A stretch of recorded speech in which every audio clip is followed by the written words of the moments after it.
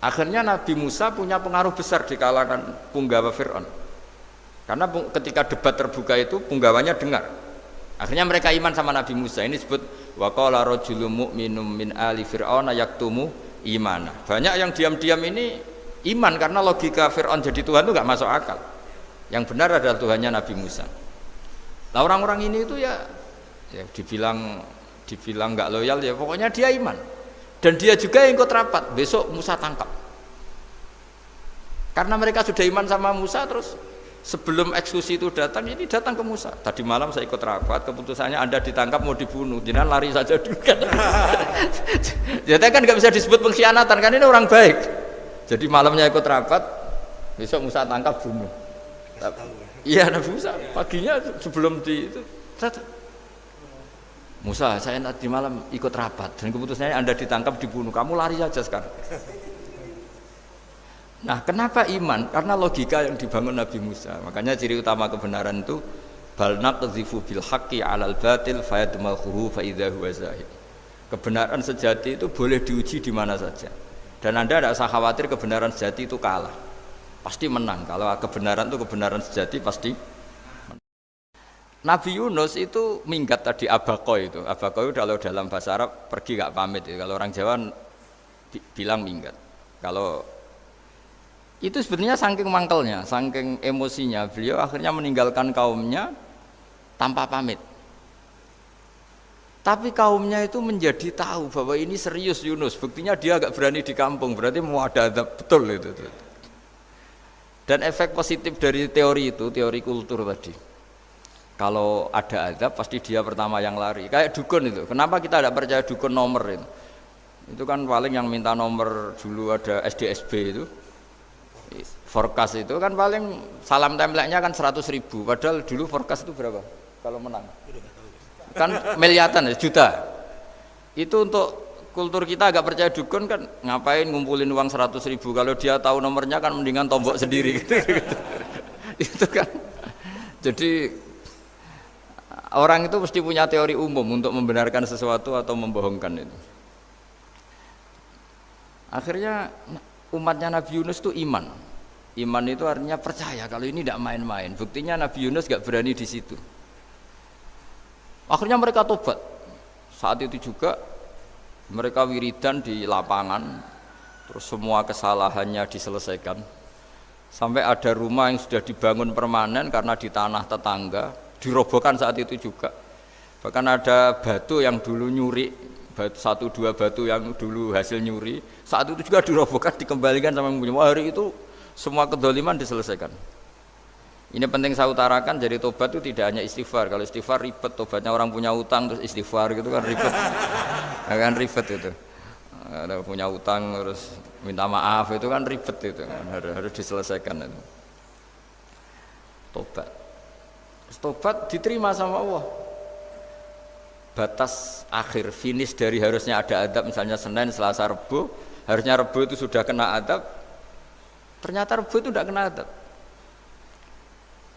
Nabi Yunus sebetulnya juga penasaran kampungnya itu kena adab tidak. Dilihat dari jauh ternyata tidak. Tambah kecewa dia. Gitu. Wah ini saya kalau pulang pasti dibunuh karena saya dianggap pembohong. Di masyarakat situ ada aturan siapa yang bohong dibunuh. Padahal Nabi Yunus mengumumkan nanti Rebu ada azab. Kira-kira gitu lah. Ternyata Rebu itu tidak ada azab, makanya dia sudah di batas kampung kembali lagi, kembali minggat lagi karena nanti pulang pasti dibunuh karena dia dianggap bohong. Ya akhirnya masyhur itu, terus dia ikut nelayan sekenanya, yang penting lari dari kampung, ikut nelayan sekenanya. Zaman itu, ini saya ulang lagi zaman itu. Nanti ini efeknya nanti ke tauhid. Zaman itu para nelayan tuh kayak sepakat. Kalau ada kapal atau perahu kok mau tenggelam, itu pasti ada yang minggat. Artinya minggat itu pergi tidak terhormat itu. Terus fasahama fakana minal mudkhadin. Nah, dulu itu orang sudah punya peradaban. Ini cerita kultur, sudah punya peradaban. Punya peradaban. Ya sekarang gini, kalau nyemplungkan salah satu kan tidak adil diundi. Ternyata yang keluar dia Nabi Yunus. Terus mereka tahu ini orang nggak pantas dikorbankan karena Nabi di mana-mana itu ganteng. Memang Allah itu punya sunat unik. Nabi itu harus paling ganteng di kampungnya. Nasabnya juga harus paling baik. Kabar-kabarnya juga istrinya harus paling cantik. Itu memang aturannya gitu. Nggak tahu saya. Dulu saya juga janggal. Kenapa Nabi aturannya harus gitu? Tak angen-angen di pemimpin elek isin itu. Maksudnya misalnya pemimpin dia pesek keriting itu kan piye gitu rasanya itu. Jadi Nabi itu pasti itu paling ganteng di kampungnya, terus dari nasab ya terbaik, terus rata-rata istrinya itu ya selain solihah itu ya paling cantik. Karena ya dibully kan, sopar tidak jadi Nabi, bujone elek kan ya ribet kalau misalnya ada yang bully gitu kan juga ribet. Singkat cerita terus dia akhirnya ditenggelamkan, dibuang karena beliau seorang nabi. Faltaqamahul khut, beliau ditelan ya. Iltiqam itu tidak digigit, ditelan ya. Karena ditelan beliau tidak ngalami dikunyah, ditelan. Iltiqam itu ditelan karena beliau seorang nabi. Di dalam batnil khut itu di perut itu dia wiridan, dan barokahnya wiridan itu perut ikan ini menjadi masjid. Dia nyaman di situ, nyaman karena terus ngalami karomah lah, andekan wali itu ngalamin karomah. Nah, kesimpulan dari cerita ini itu apa? Masyarakat itu akan selalu dengan kulturnya sendiri. Para nabi juga punya kultur sendiri. Dan Allah yang ngelola itu semua. Saya ulang lagi, Allah yang ngelola itu semua. Makanya terus dua kultur ini kalau Allah menghendaki itu gampang sekali. Akhirnya yang terjadi apa? Nabi Yunus jadi kasih sanksi Allah karena pergi tidak pamit. Masyarakatnya justru enggak karena tobat. Dan tobatnya masyarakatnya ini karena kekeliruan Nabi Yunus. Keliru dengan makna bukan dosa. Andaikan Nabi Yunus saat itu kok di rumah ingin menyaksikan azab, itu masyarakat mesti gak percaya kan ada azab. Mau ada azab kok dia di rumah gitu. Jadi unik, Allah cara ngelola masyarakat itu unik. Nah, dari keunikan-keunikan cara Allah ini kemudian lahirlah ilmu yang bernama ilmu tauhid, ilmu tawakal, ilmu pasrah nang pangeran itu. Karena kemarin pas Pak Yusuf sama Bu Sulis sowan saya itu tak beri cerita, agama itu milik Allah. Sehingga teori yang dikatakan manusia itu ya teori saja, tetap semua itu di tangan Allah. Ya saya saat itu cerita, misalnya saya ditanya, ini besi, materi besi dengan kaca itu kuat mana? Mesti kita menjawab kuat besi. Tapi saya yang mengendalikan besi dan kaca. Ternyata saya punya merencanakan menghancurkan besi, menetapkan kaca ini tak simpan, akhirnya puluhan tahun. Yang ini saya rencanakan saya hancurkan itu. Andai kan si yang menjawab tadi tahu rencana saya, mesti kuat bilang kuat kaca. Gitu. Makanya contoh paling gampang tadi. Dinosaurus itu hewan paling kuat malah musnah itu. Pitik yang nggak kuat sampai sekarang itu. Karena Allah bikin dinosaurus itu punya rencana dihancurkan itu. Sementara ayam enggak lah, gue rame-rame dunia gitu. Sehingga ya sudah. Nah, agama itu seperti itu. Agama itu sesuai rencana Tuhan. Sehingga ini cerita Nabi. Sehingga Nabi itu kadang nggak tahu bedanya antara sesuatu yang punya data, punya perangkat-perangkat untuk menuju A misalnya, itu nggak tahu bedanya. Jadi kalau Nabi ditanya misalnya gini, onta itu lahir dari betinanya, dari indukannya bisa, ya bisa. Lahir dari batu, jawabnya ya bisa. Kalau dia seorang Nabi pasti jawab bisa. Kalau Nabi loh ya, bukan direktur mandiri, Nabi, itu pasti jawabnya bisa. Jadi kalau Nabi ditanya, mata air itu keluar dari bumi kedalaman 7 meter, bisa. Keluar dari sini, dari meja, jawabannya ya bisa. Karena Nabi itu saking dekatnya Allah, tahu betul bahwa perangkat di dunia ini tidak bisa mendikte Allah. Semua itu kehendak Allah. Logika yang terbangun Nabi itu sebenarnya gampang ya. Kalau kita teliti itu, makanya gampang itu sesuatu yang benar itu pasti bisa dijelaskan secara gampang. Nah ini ngaji tauhid biar tidak terlalu berteori terus. Karena kalau saya cerita uang pinter jenengan. Dan saya tidak ingin pinter tentang uang.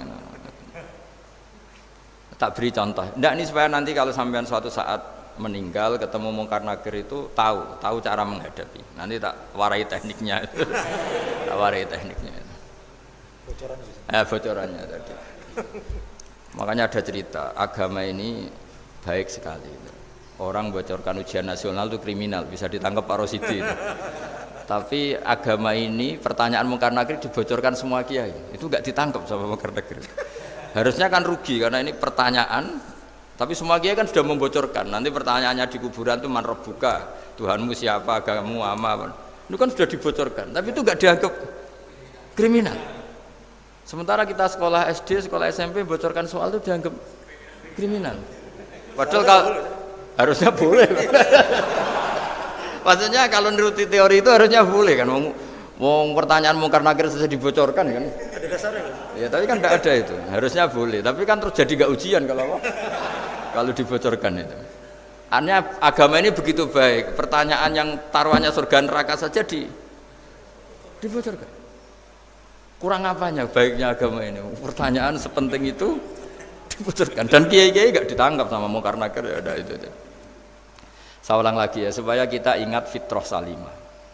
Soal Anda modern monggo lah, tapi saya sebagai kiai akan ngajari kalian tentang fitrah salimah. Jadi kalau kamu itu benar-benar beragama, ini misalnya kertas, ini lempengan baja. Kalau kamu beragama kalau ditanya kuat mana, ya terserah jenengan.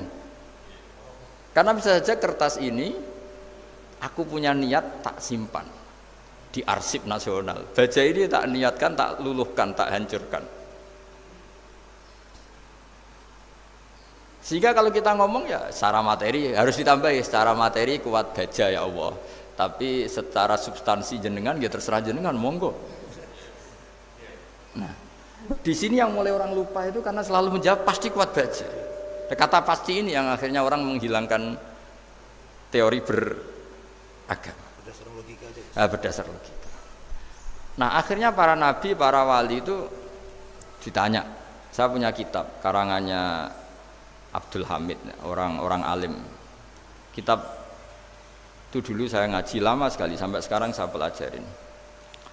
Manusia itu dijebak hukum adat, padahal adat itu ya tidak terlibat. Misalnya kalau ada telur jadi ayam normal gitu. Ya tadi indukan unta melahirkan unta normal itu, indukan sapi melahirkan sapi normal. Tapi kalau para nabi itu bilang ya nggak normal, nggak normal artinya tetap ada kekuatan Tuhan. Indukan unta tahu apa tentang unta? Dia punya kekuatan apa? Bisa melahirkan unta, bisa menciptakan unta di perutnya, bisa ada jantungnya, ada paru-parunya, ada ususnya. Dia bisa apa? Di situ ada tangan Tuhan itu. Karena para nabi cara berpikir gitu, melihat tembok ya sama. Tembok sama indukan unta itu sama, sama-sama mungkin mengeluarkan unta. Sehingga ketika Nabi Soleh ditanya, bukti apa kekuasaan Tuhanmu? Apa bisa mengeluarkan unta dari batu besar ini? Jawabannya Nabi Soleh ya bisa, langsung saja bisa. Dan mukjizatnya Nabi Soleh masyhur itu keluarlah unta dari batu. Karena secara teori ya tadi, coba unta indukan itu apa seorang profesor, apa seorang ilmuwan sehingga bisa menciptakan anaknya itu. Apa dia terlibat dalam menciptakan jantungnya, paru-parunya, ususnya kan enggak juga. Telur bisa apa coba? Gobloknya bukan main telur itu kan. Tapi bisa mengeluarkan ayam, dia bisa apa?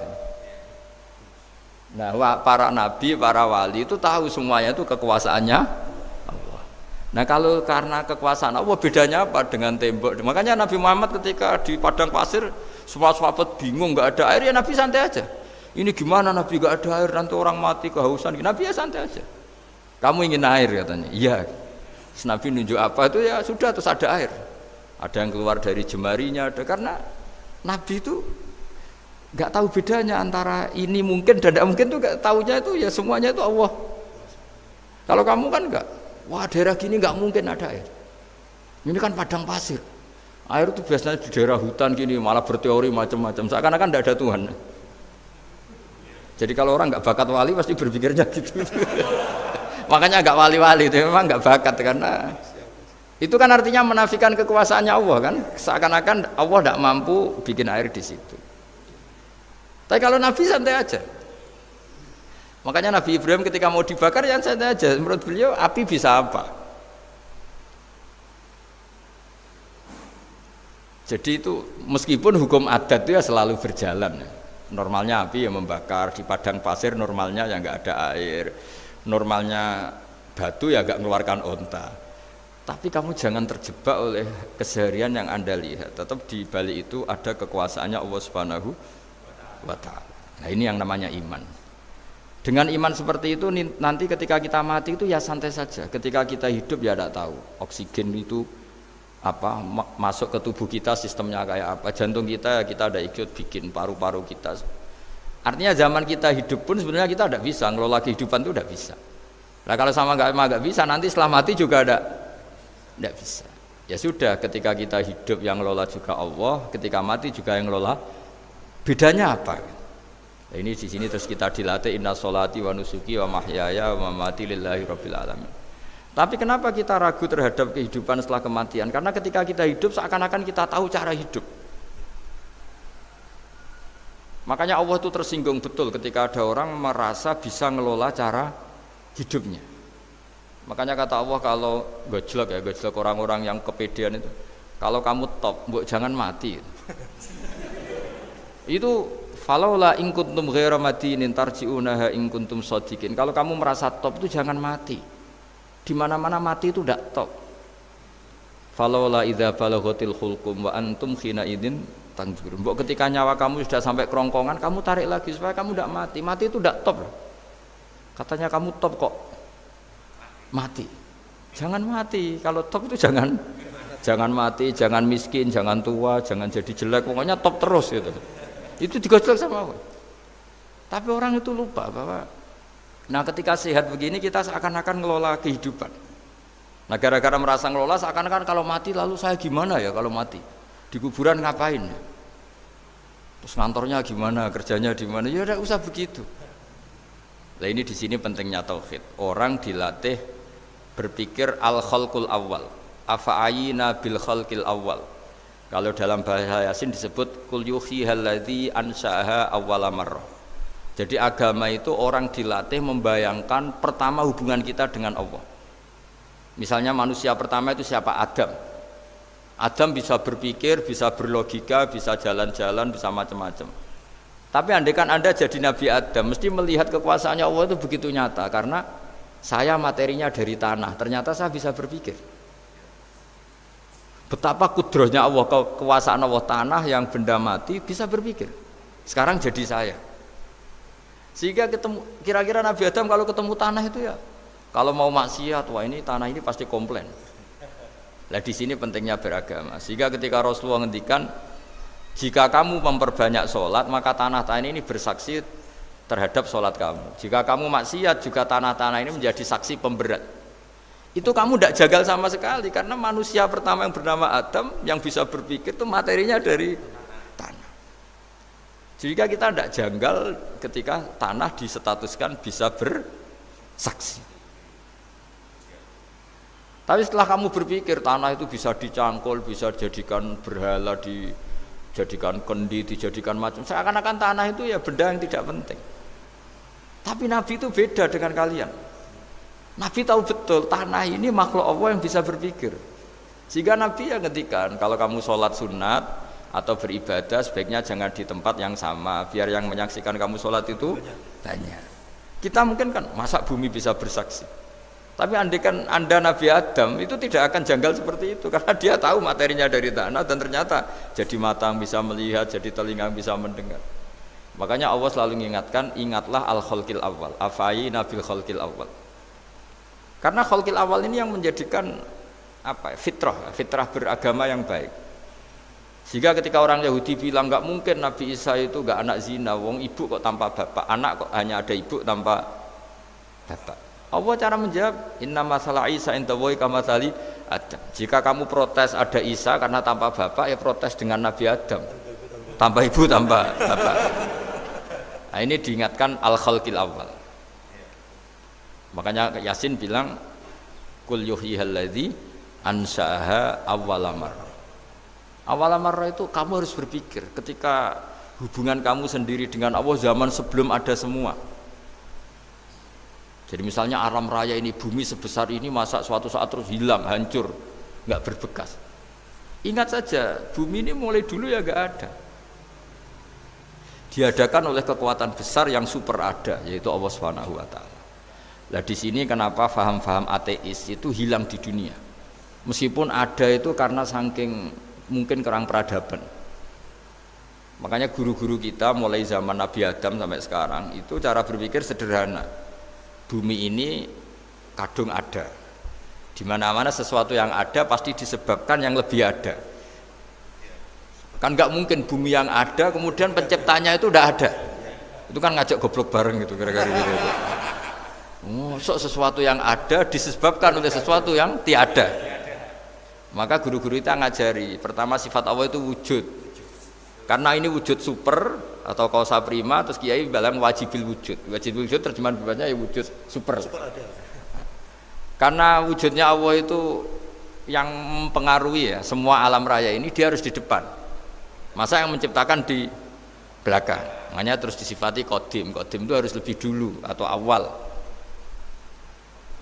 Nah, makanya ketika Fir'aun ngaku Tuhan itu cara membatalkan Nabi Musa itu sederhana.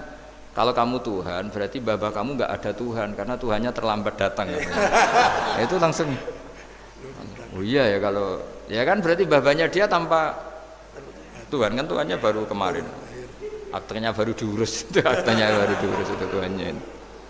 Makanya Fir'aun itu akhirnya Nabi Musa punya pengaruh besar di kalangan punggawa Fir'aun. Karena ketika debat terbuka itu punggawanya dengar. Akhirnya mereka iman sama Nabi Musa. Ini disebut wa qala rajulun mu'minun min ali fir'auna yaktumu imana. Banyak yang diam-diam ini iman karena logika Fir'aun jadi Tuhan itu enggak masuk akal. Yang benar adalah Tuhannya Nabi Musa. Nah, orang-orang ini itu ya dibilang enggak loyal ya pokoknya dia iman. Dan dia juga yang ikut rapat, besok Musa tangkap. Karena mereka sudah iman sama Musa, terus sebelum eksekusi itu datang, ini datang ke Musa. Tadi malam saya ikut rapat, keputusannya Anda ditangkap mau dibunuh, jangan lari saja dulu kan. Jadi kan nggak bisa disebut pengkhianatan, kan ini orang baik. Jadi malamnya ikut rapat, besok Musa tangkap bunuh. Iya, Nabi Musa paginya sebelum itu. Musa, saya nanti malam ikut rapat dan keputusannya Anda ditangkap dibunuh, kamu lari saja sekarang.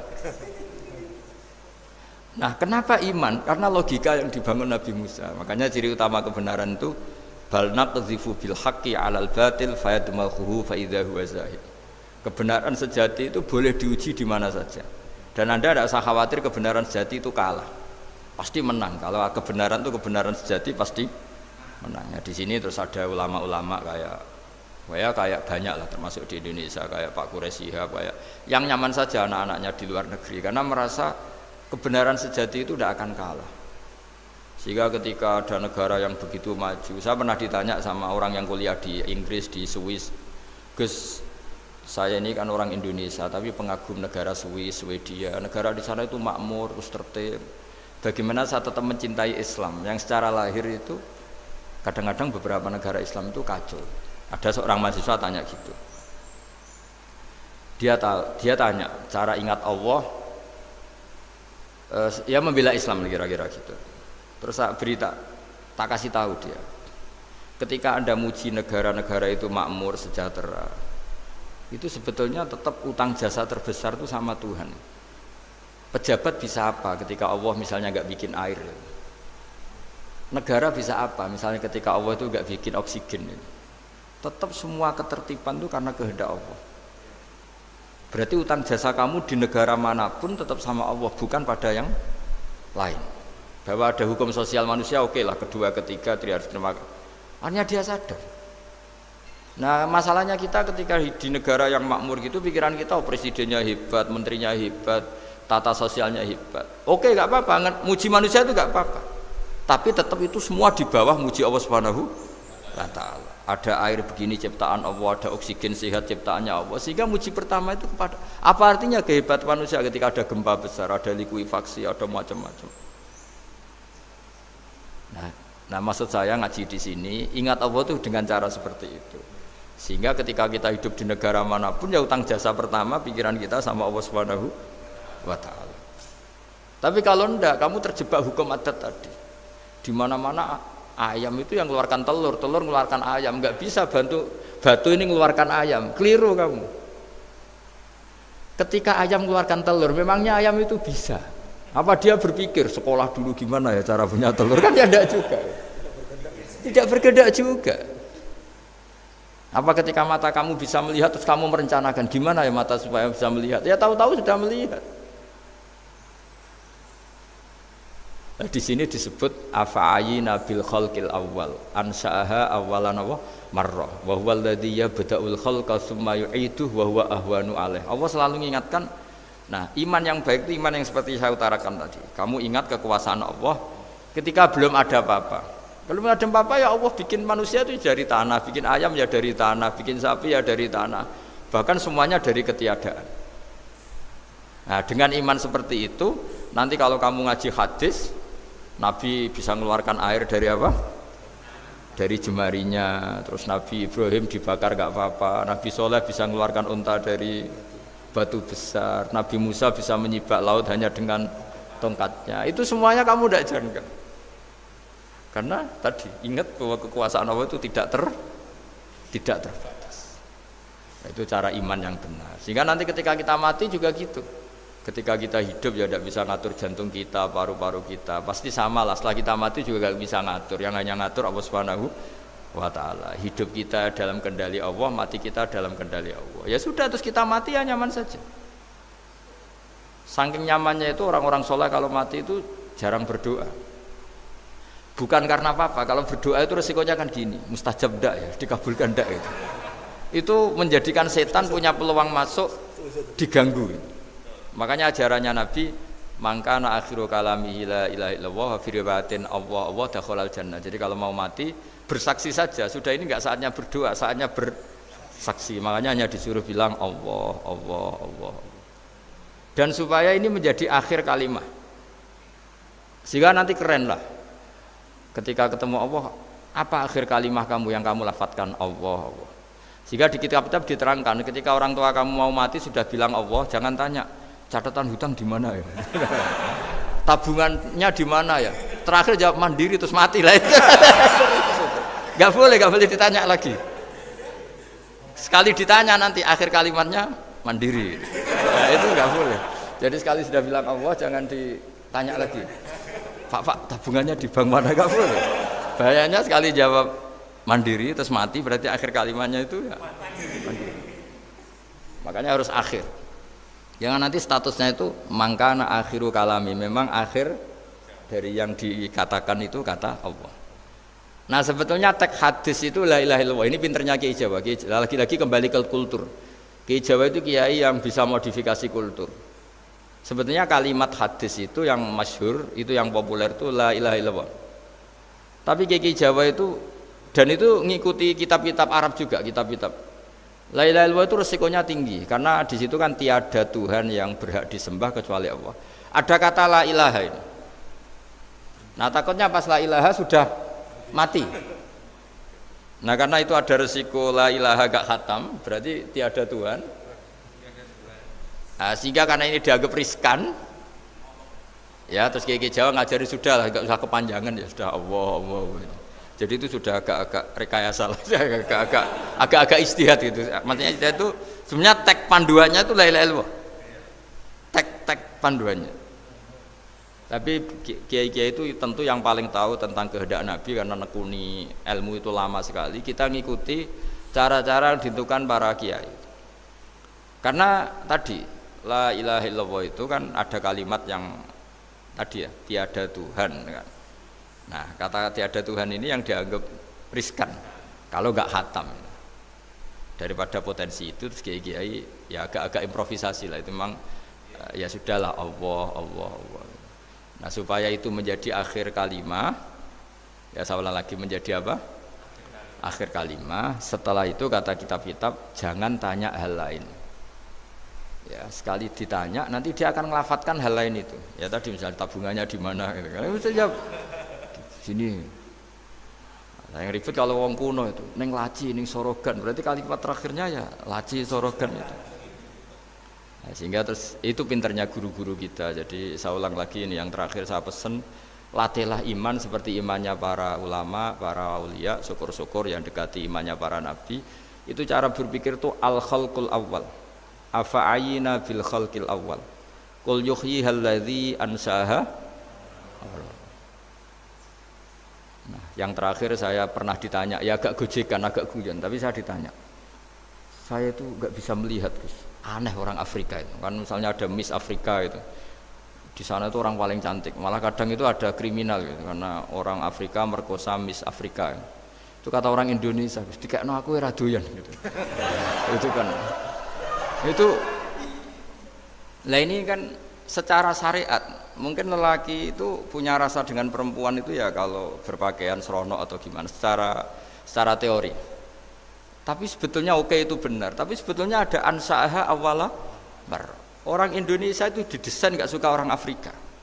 Orang Afrika ya didesain gak suka orang Indonesia. Sehingga orang-orang Afrika kalau melihat orang Indonesia yang paling cantik mungkin ya iskal. Wong cempeh kayak gampang gitu kok cantik gitu. Mungkin perasaannya cowok-cowok Afrika ya gitu. Itu cantiknya di mana? Orang Indonesia kebalik kan? Kalau cowok-cowok Indonesia ngelihat Miss Afrika itu cantiknya itu nangdi gitu. Kok sampai ada pemerkosaan tuh apa itu? Nah itu menunjukkan Allah yang Maha Kuasa. Allah tuh mendesain gennya orang sana. Beda dengan kita.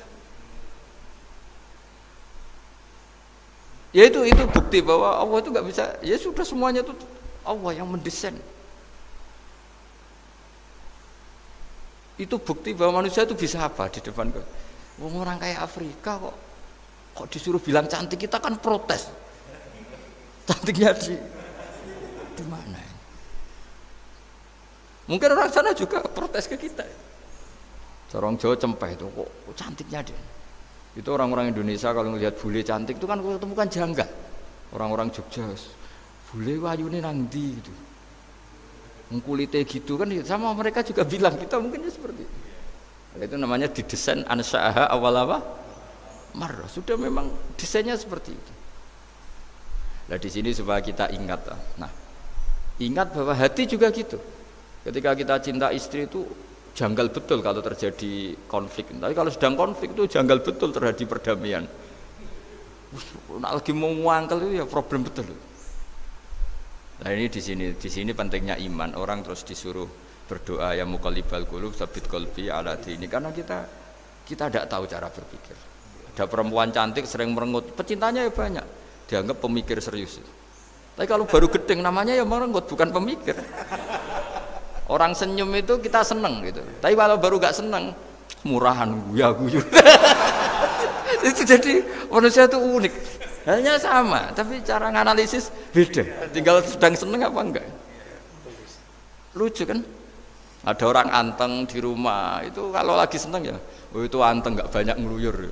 Tapi baru gak seneng, seneng ngomah ya nganggur.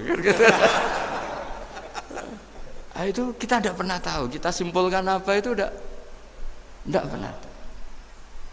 Makanya wisata, pernah ada orang wisata datang ke sini tak nasihatin.